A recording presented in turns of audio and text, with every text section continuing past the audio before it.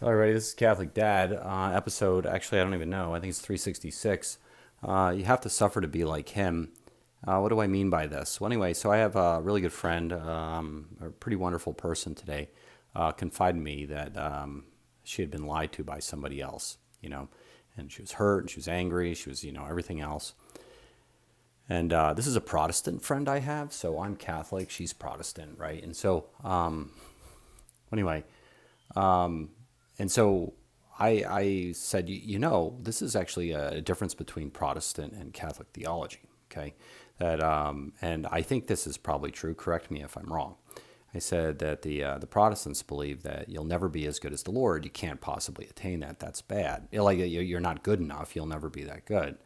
And the Catholic theology is that we all can become as good as the Lord, every single one of us, but it's really hard to do. But we have to do what He does. And this brought me back to a story when I was, as a young man, and I had surgery on my left hand, and the surgeon messed up, took out my ulnar nerve, wiped out all the muscle hand intrinsics in my left hand. I kind of have a disabled left hand.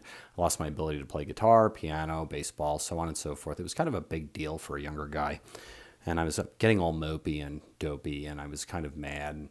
Well, anyway, so one of my really good friends, she said to me at that point in time, this was like 20 years ago, said, "Oh, isn't it wonderful?" And I said, "No, it's not wonderful. This is terrible. I hate my left hand now."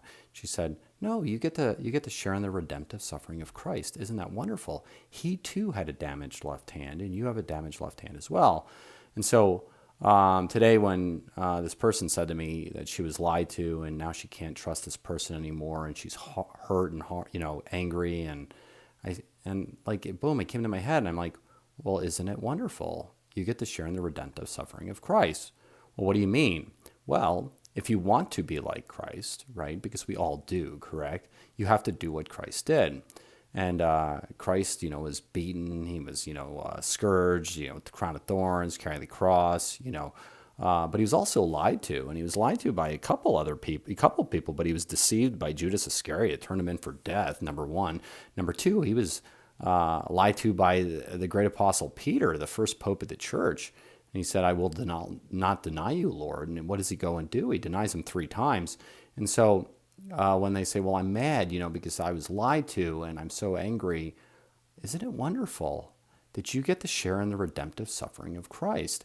And so, the Protestants don't believe we could be like Christ. We don't. The Catholics believe we're made in His image, and therefore we can attain it as long as we figure it out, right? And so, so to be like Christ as a Catholic, you have to actually do what Christ did, meaning you have to suffer, and you have to suffer well. And so, the next time somebody lies to you, isn't it wonderful?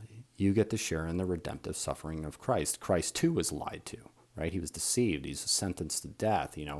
All the trials and tribulations and the passion that Christ went through, we get to share in if we suffer well and we do it nobly.